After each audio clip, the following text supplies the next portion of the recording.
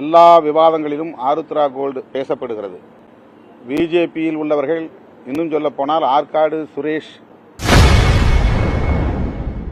Armstrong படுகொலையில் பாஜக மற்றும் ஆருத்ராவிற்கு தொடர்பு இருப்பதாக கூறப்படுவதாகவும், அதனால் இந்த கோணத்திலும் விசாரணை செய்ய வேண்டும் என திருமாவளவன் செய்தியாளர் சந்திப்பில் தெரிவித்துள்ளார். அது திட்டமிட்டவர்கள், அதுதான் மனுவாவே கொடுத்துருக்கிறோம். திட்டமிட்டவர்கள், கூலிக்காக இதில் பின்னிருந்து வேலை செய்தவர்கள் அனைவரும் கைது செய்யப்பட வேண்டும். ஆருத்ரா கோல்டு, பாஜக, ஆம்ஸ்ட்ராங் படுகொலை என்கிற ஒரு முக்கோணம் இதில் இருப்பதாக தெரிகிறது. எல்லா விவாதங்களிலும் ஆருத்ரா கோல்டு பேசப்படுகிறது. பிஜேபியில் உள்ளவர்கள், இன்னும் சொல்ல போனால் ஆற்காடு சுரேஷ் மனைவி பாஜகவிலே பொறுப்பில் இருப்பதாக சொல்லப்படுகிறது. இன்னும் பலர் அதில் கைது செய்யப்பட்டவர்களில் 1-2 பேர் நேரடியாக பாஜகவோடு தொடர்புடையவர்கள் என்றும் சொல்லப்படுகிறது.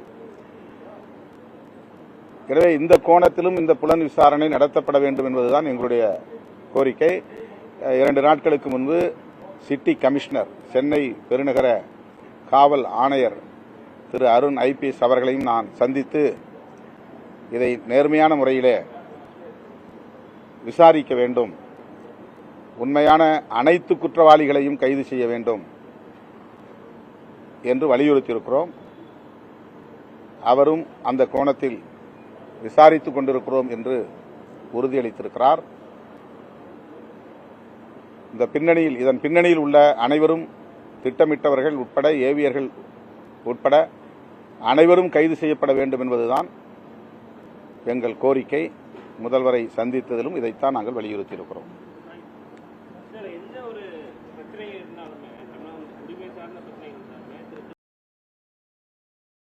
செய்திகளை உள்ளது உள்ளபடி தெரிந்து கொள்ள ரெஃப்ளெக்ட் நியூஸை சப்ஸ்கிரைப் பண்ணுங்க.